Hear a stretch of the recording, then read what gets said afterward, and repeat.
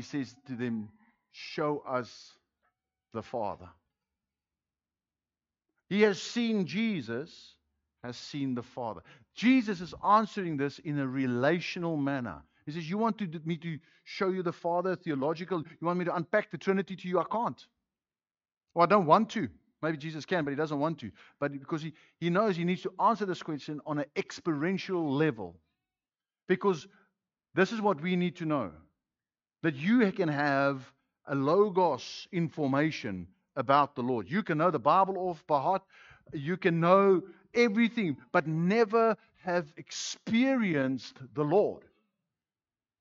Jesus is saying, I want you to experience me. This is such a great salvation, that our God is a real God. He's not just up there. It's not just a philosophy. Just not some historical. He's alive today. How many people did the Lord reveal this morning? Ear, knee, word there. That's the Holy Spirit.